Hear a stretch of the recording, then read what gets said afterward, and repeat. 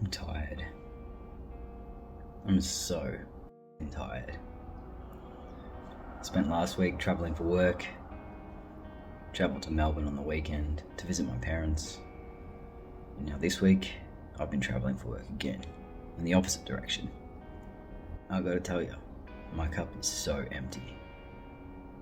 The training that I've been doing is mental health first aid training, and it's really important stuff. So, just like physical first aid, how you learn to respond to people's needs in the moment until emergency services arrive, mental first aid training is exactly the same thing. Responding to people's needs in the moment while they're having a mental health crisis until you either need to escalate the situation or it's de-escalated enough to be able to continue on with therapies or peer interventions. But because I am a mental health peer, I have lived experience of having mental health crises myself.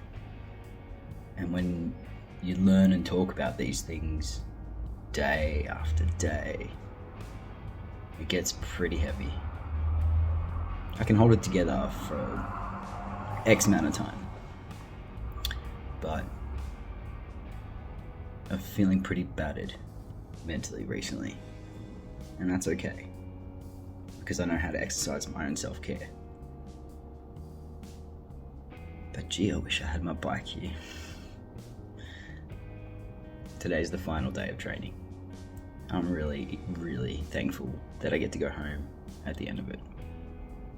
But it's a couple-hour journey home, and I have social anxiety.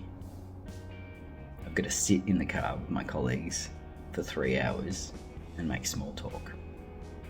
Some people might find that really easy to do, but it's one of the most challenging things that I feel like I have to do in the world. For the most part, as I said, I can do it for X amount of time. But because I've been extending myself, because I'm outside of my window of tolerance, I feel like I don't have much more to give. So I wanted to take a moment and talk about the kinds of things that we as humans can do to be able to fill our cup up again, so to speak, when we're feeling a bit drained.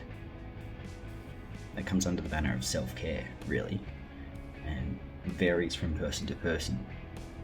But there are a few things that human beings need to have like optimal physical and mental functioning. And a lot of people don't realize that our mental health is directly impacted by our physical health. It's kind of like a dragon eating its tail. If one falls down, the other one tends to follow, vice versa. Getting good sleep, something called sleep hygiene, eating well and eating right and regularly, and mindfulness techniques. Now, mindfulness doesn't have to be the traditional sit in a circle meditation type stuff. It can be things like riding a motorcycle. It can be things like listening to your favorite music, having a hot shower at the end of the day, setting aside deliberate time for yourself, being present in the moment. I think we spend a lot of time focusing on what we've got to do in the future, and sometimes what we have done in the past. But if we take a little bit of time and be more present in every moment, it does up here a world of good. Now, I'm not an expert. I've just got lived experience. So I've got a few tips and tricks that work for me. They might not work for you. But I thought it was an important conversation to have.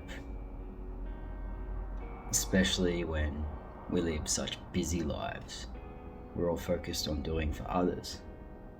But you can't pour from an empty cup.